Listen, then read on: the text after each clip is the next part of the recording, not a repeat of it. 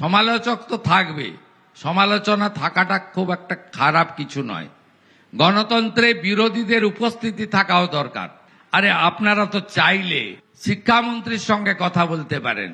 যদি আমার সঙ্গে কথা বলতে লজ্জা পান আপনারা, প্রথম থেকেই আন্ডা আন্ডা আন্ডা করে মিছিল বের করে ফেললেন। আশা করি সমালোচকরা আজকে একটু শান্তিতে থাকবেন, মুখটা বন্ধ রাখবেন, আর মনে মনে প্রশংসা করবেন। আর যদি হিংসারূপু শরীরে থাকে সেটাও সংযমব্রত, অন্তত আজকের দিনের জন্য আপনারা হিংসা রিপুটাকে নিয়ন্ত্রণ করবেন, এইটুকু আমি আমার বিরোধীদের কাছে প্রার্থনা করব। মিড ডে মিলে কোনো রাঁধুনি কাজ হারাবেন না, মুখ্যমন্ত্রী এমনিতেই বার্তা দিয়েছেন। এর আগে আমরা দেখেছি যে মিড ডে মিল নিয়ে বিরোধীরা তারা পথে পর্যন্ত নেমেছে, নানা অভিযোগ করেছে। আজ কি বললেন মুখ্যমন্ত্রী, শুনুন। আরেকটা মিছিল আমার চোখে পড়েছিল 1 মাস আগে। মিড ডে মিলের রাঁধুনি যে সমস্ত আমাদের দিদি এবং বোনেরা আছেন তাদের নিয়ে একটা মিছিল হয়েছিল। ইসকনকে ঢুকিয়ে দেওয়া হচ্ছে, হিন্দু সরকার, আমাদের কাজ কেড়ে নেওয়া হচ্ছে।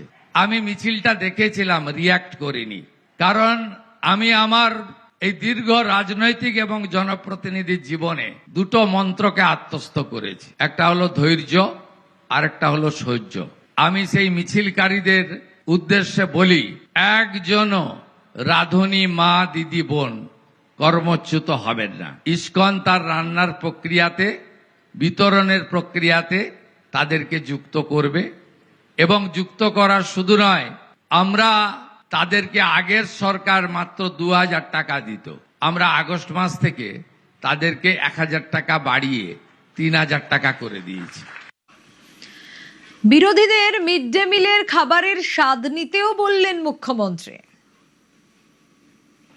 যারা 34+15 49 বছর ধরে শুধু রাজনীতি আর চুরি ছাড়া কিছু করেননি, দয়া করে আজকে যে 44,000 শিক্ষার্থীকে খাওয়ার আমরা দিলাম, সোমবার দিন পারলে একবার আপনারা গিয়েও একটু স্বাদ নিয়ে আসবেন, খাওয়ারটা কেমন হলো, তাহলেই বুঝতে পারবেন পরিবর্তনটা শুধু ঝান্ডার হয়নি, পরিবর্তনটা শুধু দলের হয়নি, পরিবর্তনটা শুধু মুখের হয়নি, পরিবর্তনটা শুধু নামের ব্যক্তির হয়নি, পরিবর্তনটা ব্যবস্থারও হয়েছে।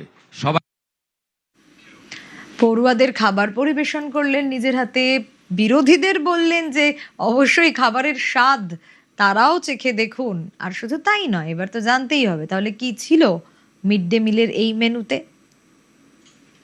মেনু হিসেবে তারা আমাকে যেটা দিয়েছেন, এটাতে অবলিক দেওয়া আছে, 3টে একসঙ্গে ধরবেন না।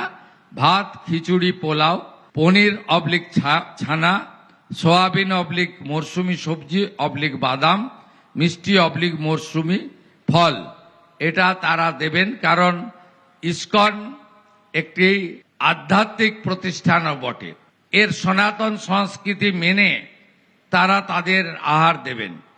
তার বাইরেও আমরা উড়িষ্যাতে আমাদের টিম পাঠিয়েছিলাম, সেখানে এসএইচজি গ্রুপকে দিয়ে আলাদা করে সপ্তাহে 1 দিন করে তারা ডিম সিদ্ধ দেন।